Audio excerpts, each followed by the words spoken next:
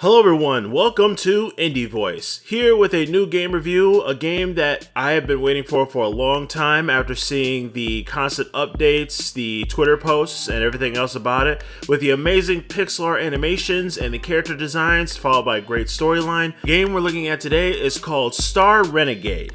Now, our story begins with a service bot named J5T-1N has arrived in your dimension to warn you of the impending doom from an overwhelming force known as the Imperium. Fight for survival across the procedurally generated campaign through the reactive turn-based style battle system that empathizes with interruptions, counters, and standing in your way in an intelligent adversary system with enemy officers that evolve and move up the ranks. In my personal playthrough throughout this game deeply reminds me of Shadow of Mordor. Now, I'm not sure they're the very first ones that implemented something like this, but Star Renegade definitely fine-tuned it. If you remember Shadow of Mordor, or both 1 and 2, where you die or one of the goblins have killed you and they upgrade in class, and they continue upgrading in class until they hit their max area. Such as this game, every time you die, the robots do update themselves, change their weaknesses, their strengths, everything about them continuously keeps changing and evolving, which makes this game really good, because not many games do this as a fine-tuned type system. With this game, you get to meet up with brand new characters, allies. The more you play through the game, the more your team and everybody else evolves to do combinations, fast-paced interactive systems, more things that can help your team survive more throughout this long path and journey towards taking down the Imperium swarm. Now, the features for this game are the outwit your foes with interruptions, counters, combos, and a fast-paced reactive time battle system, survive relentless onslaught of an intelligent adversary system that generates unique enemies and bosses that evolve as you play, as I mentioned before. Unlock dozens of alternate characters as your surviving squad form bonds, battle your way through the heart of the Empire. Our Rebellion engine creates a unique experience with each playthrough via emergent gameplay